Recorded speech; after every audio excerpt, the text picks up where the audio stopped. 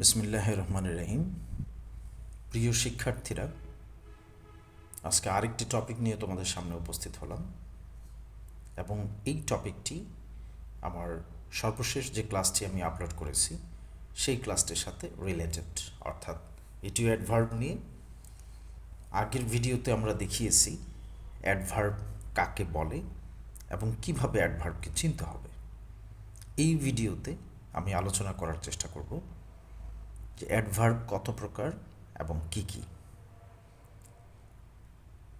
তার আগে আমি আরেকটু মনে করিয়ে দিচ্ছি যে অ্যাডভার্ব কাকে বলে। যে ওয়ার্ড, অ্যাডজেক্টিভ, ভার্ব এবং অ্যাডভার্ব সম্পর্কে কোনো কিছু বলে তাকে অ্যাডভার্ব বলে। যে ওয়ার্ড, অ্যাডজেক্টিভ, ভার্ব এবং অ্যাডভার্ব সম্পর্কে কোনো কিছু বলে তাকে অ্যাডভার্ব বলে। তো অ্যাডভার্ব প্রধানত তিন প্রকার: সিম্পল, রিলেটিভ এবং ইন্টারোগেটিভ।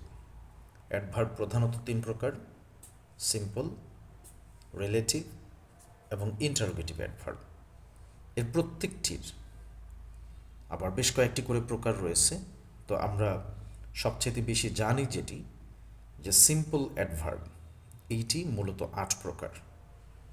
সিম্পল অ্যাডভার্ব এটি ৮ ভাগে বিভক্ত, যথাক্রমে adverb of time, adverb of place, adverb of degree, adverb of manner, adverb of order, adverb of cause or effect, adverb of affirmation or negation, যেটাকে sentence adverb হিসেবেও অনেকে চিনে থাকতে পারো, এবং সর্বশেষ adverb of number or frequency.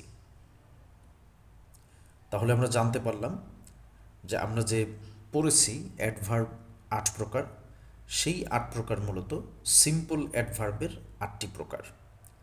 তাহলে adverb প্রধানত ৩ প্রকার: সিম্পল, রিলেটিভ এবং ইন্টারোগেটিভ।